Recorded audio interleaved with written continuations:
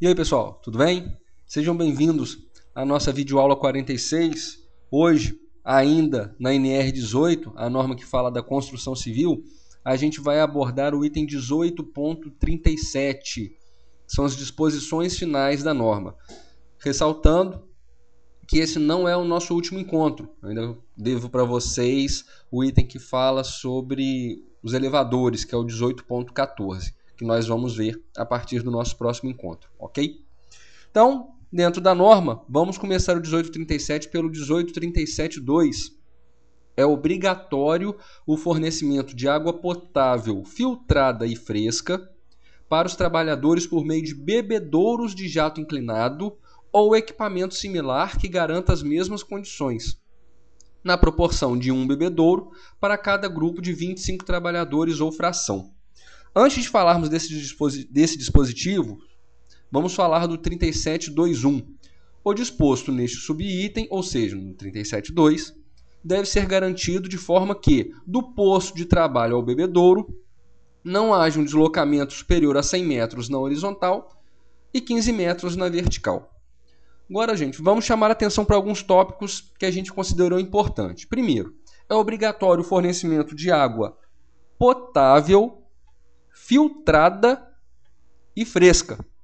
Água fresca não é água gelada. A norma vai falar um pouco mais à frente que a água tem que ser gelada nos locais, nas regiões de clima quente. Mas a água não pode ficar esturricando ao sol.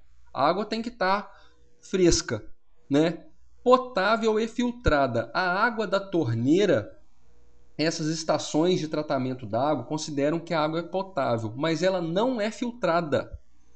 Então, essa água fornecida ela tem que passar por um processo de depuração, digamos assim, né? Tem que passar por um filtro, né? Para que seja fornecida aos bebedores por meio de bebedouros de jato inclinado. Bebedouro de jato inclinado é esse tipo aí que vocês estão vendo na imagem, ou esse, mais arrumadinho, digamos assim, tá? Esse é o bebedouro de jato inclinado, ou um equipamento similar que garanta as mesmas condições, na proporção de um bebedouro para cada grupo de 25 trabalhadores ou fração. Ou seja, se você tem 30 trabalhadores, um bebedouro para atender os primeiros 25 e outro para atender a fração de 5 trabalhadores. Ok, gente? E mais, o disposto nesse subitem, ou seja, o fornecimento da água através de bebedouro, de um bebedouro para cada grupo de 25 trabalhadores, deve ser garantido de forma que, do posto de trabalho ao bebedouro, não haja um deslocamento de 100 metros na horizontal e 15 metros na vertical. Ou seja, se você tem um canteiro de obra, vamos colocar assim com 200 metros de comprimento, né? Um canteiro de casas populares. Lá você só tem 20 trabalhadores. Você não pode colocar um bebedouro no refeitório, digamos assim, se o refeitório for na entrada da obra, que você vai estar atendendo a proporção de um para cada grupo de 25. Você tem 20 trabalhadores, suponhamos. Mas você não está atendendo o deslocamento horizontal de 100 metros. Então, nesse caso, você tem que ter 2 bebedouros no canteiro. Para quê? Para atender ao deslocamento horizontal, máximo de 100 metros. Uma mesma coisa para um prédio residencial, por exemplo, de 10 pavimentos. Em média, cada pé direito tem 3 metros. Então, você tem que ter um bebedouro de jato inclinado no 5º pavimento. E mais, gente, falando sobre isso, da necessidade de ter um bebedouro no 5º pavimento, eu resolvi abrir um parênteses aqui e falar sobre custo de oportunidade. Geralmente, um empregador, né, a empresa, a construtora, pensando em reduzir custos, né, que é moda, né, o pessoal prefere não colocar esse bebedouro, digamos assim, no meio do canteiro horizontal ou no 5º pavimento desse canteiro vertical de 10 pavimentos, né, pensando no custo desse bebedouro. Né? Eu joguei rapidinho na internet, nesses sites que comparam preço, eu achei esse bebedouro aí de 400 conto. Tá? O que é o custo de oportunidade?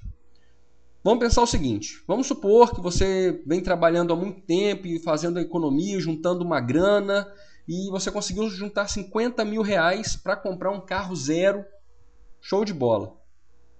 Tá? Você vai na concessionária e vê um carro custando 50 mil e um carro zero que te atenderia perfeitamente bem, que custa 30 mil. Se você comprar o carro que custa 30 mil, você vai ter 20 mil reais que você pode, por exemplo, aplicar na poupança. Esse 20 mil reais, para ficar fácil, vamos pensar em rendimento de 1% por mês. Né? Esses 20 mil reais na poupança vão te render 200 reais por mês. Então, o seu custo de oportunidade, se você comprar o carro de 50 mil, são 200 reais por mês, porque você está deixando de ganhar 200 reais por mês. Então, isso tem que ser incluído na sua planilha de custo quando você compra o carro por 50 mil. Não só gasolina, não só estacionamento, não só IPVA, seguro obrigatório e etc. Você tem que jogar o valor, né, do que você está deixando de ganhar caso você optasse por uma coisa mais barata.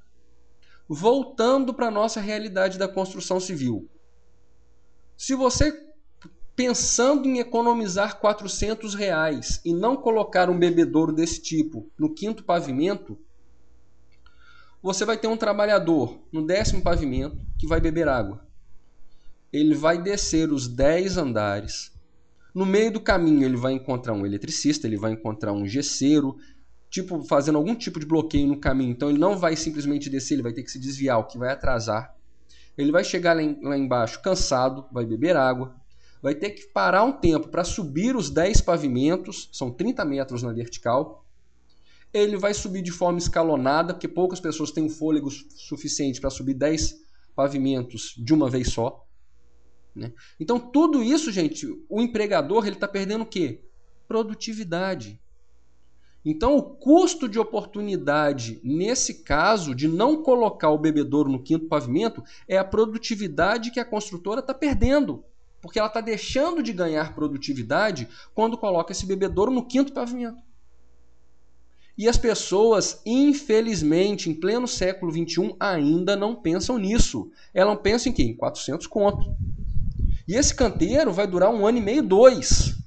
Imagina a produtividade que essa construtora vai perder por causa de 400 reais. Então, gente, para você que já trabalha em construção civil, isso serve como um fortíssimo argumento para, pelo amor de Deus, coloca um bebedouro no 5º pavimento. Coloca um bebedouro no meio do canteiro.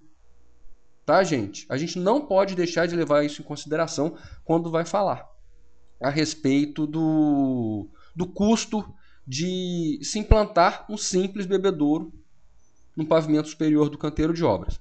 Muita gente pergunta, mas eu posso não colocar o bebedouro lá, eu posso colocar aqueles garrafões térmicos de água. Não pode. Por quê? O 1837.22 fala que na impossibilidade de instalação de bebedouro dentro dos limites referidos no subitem anterior, as empresas devem garantir nos postos de trabalho suprimento de água potável, filtrada e fresca, fornecida em recipientes portáteis hermeticamente fechados, confeccionados em material apropriado, sendo proibido o uso de copos coletivos. Ou seja, gente, só na impossibilidade. Você não pode simplesmente colocar um garrafão e achar que está atendendo a norma, porque não está. Ok? Isso tem que ficar bastante claro. Vamos adiante. O 1837.25 fala que nos canteiros de obras, inclusive nas áreas de vivência, deve ser previsto escoamento de águas pluviais. Por que eu coloquei isso aí? Porque é um item, assim, esmagadoramente esquecido. Às vezes a gente chega no canteiro, principalmente nesses canteiros de 600 casas populares e etc., né? Depois de uma chuva muito forte, tudo alagado, tudo inundado, o pessoal tem até dificuldade de andar. Aí qual é a justificativa? Porque choveu muito, sabe, né? Gente, nos canteiros de obras deve ser previsto escoamento de águas pluviais. Você tem que ter um tipo de escoamento para a água da chuva, pessoal. Umas valas, canaletas, etc. Coisa muito simples de ser feita, ok? Coloquei aí só para servir de lembrete, porque geralmente as pessoas esquecem desse item. É obrigatório o fornecimento gratuito pelo empregador de vestimenta de trabalho e sua reposição quando danificada. Aqui em Alagoas, a gente exige o fornecimento de pelo menos 2 vestimentas de trabalho, que o pessoal aqui chama de fardamento ou farda, né? Por quê? Na norma, fala o seguinte, fala que é obrigatório o fornecimento gratuito de vestimenta, no singular. Então, ou seja, uma, né? Se a gente parar por aí. E a sua reposição quando danificada. Se a gente for procurar o que significa o danificada, a gente vai encontrar o quê? Estragada, avariada, deteriorada. Ou seja, gente, um fardamento danificado, uma vestimenta de trabalho danificada, é uma vestimenta imprópria para o uso.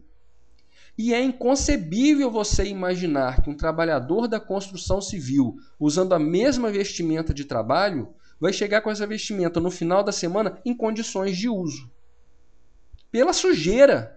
É poeira, é graxa, é concreto, é gesso, é tinta. Então, em função da reposição obrigatória e imediata da vestimenta de trabalho quando danificada, aqui em Alagoas se exige o fornecimento imediato de 2 uniformes, de 2 vestimentas, de 2 fardas, de 2 fardamentos.